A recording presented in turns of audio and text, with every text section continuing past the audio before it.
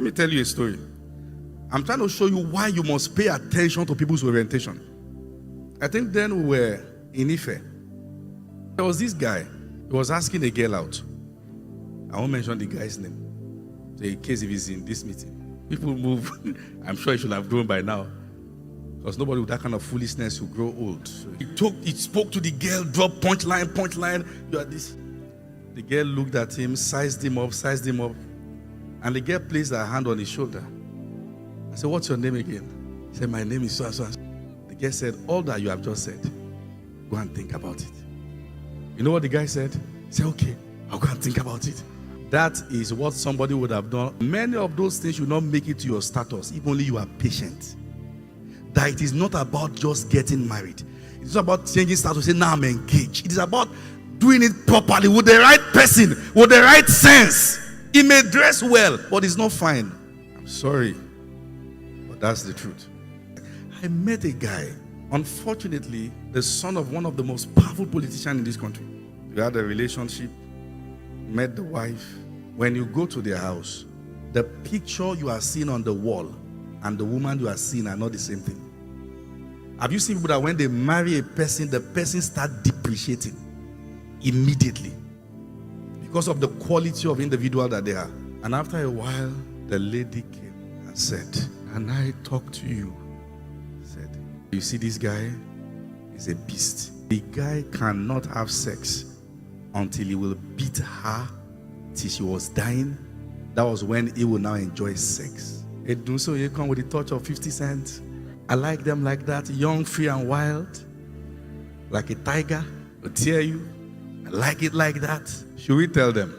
How many of you ladies pray for a man who will beat you to nonsense? Then I'll say, shall we? Now, let me give you a few insiders information.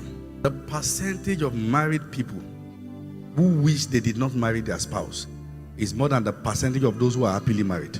Write this in capital letter and I'll show you why. And it will also interest you to know that there are people who on a daily basis wish their spouse was dead. On a daily basis. They are actually looking forward to a time that they will hear that the spouse is dead.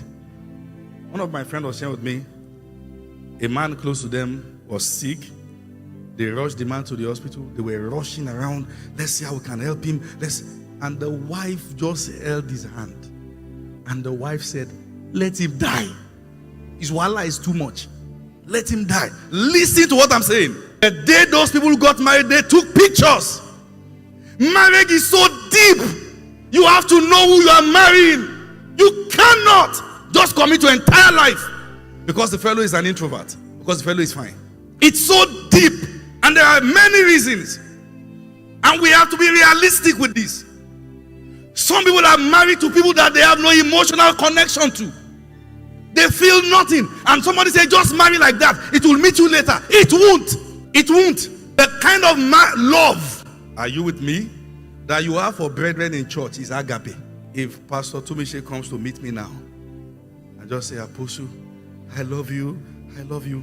Oga, stand, wait, stay there. What do you mean? "Apostle, I just don't know, I just love you." Oga, are you aware that if you see somebody as just a brother in the Lord, you should not go ahead with the person yet? Every marriage that will work stand on 3 legs. Number 1, conviction that you heard God. This is God. It doesn't have to start with a feeling, but there must be conviction. Number 2, there should be agreement in terms of direction in life. Not like you are necessarily going the same place, but your direction in life, one will not have to die for another to survive. Are you seeing that? There must be conviction. There must be unity in purpose. Like Amos 3:3, can two walk together unless they agree? Number 3, there must, listen to this, there must be attraction. If you are not attracted to the person, please hold on.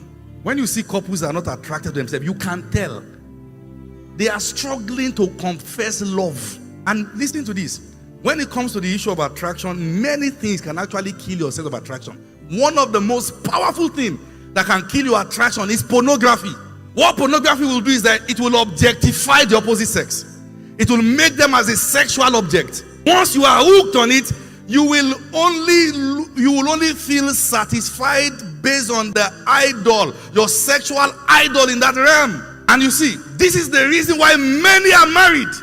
They couldn't wait. They wanted to touch each other before they got married. Now they are married, they can't touch.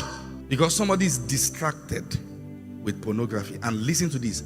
Marriage doesn't solve it. Marriage doesn't solve it. It is deep. Say the guy is sexually active so that he will not cheat. Let me just give it to him. If you give it to him before marriage, somebody else will give it to him too. When you are married, you cheat on God with him. He will cheat on you with somebody else. It's a law. It is amazing how that people complain about what they were enjoying before you got married. You were enjoying it together. I'm telling you now, and this is the fact. There are many people who are married who, if you tell them just make one wish, they will wish they reverse the day they said I do. You should not rush.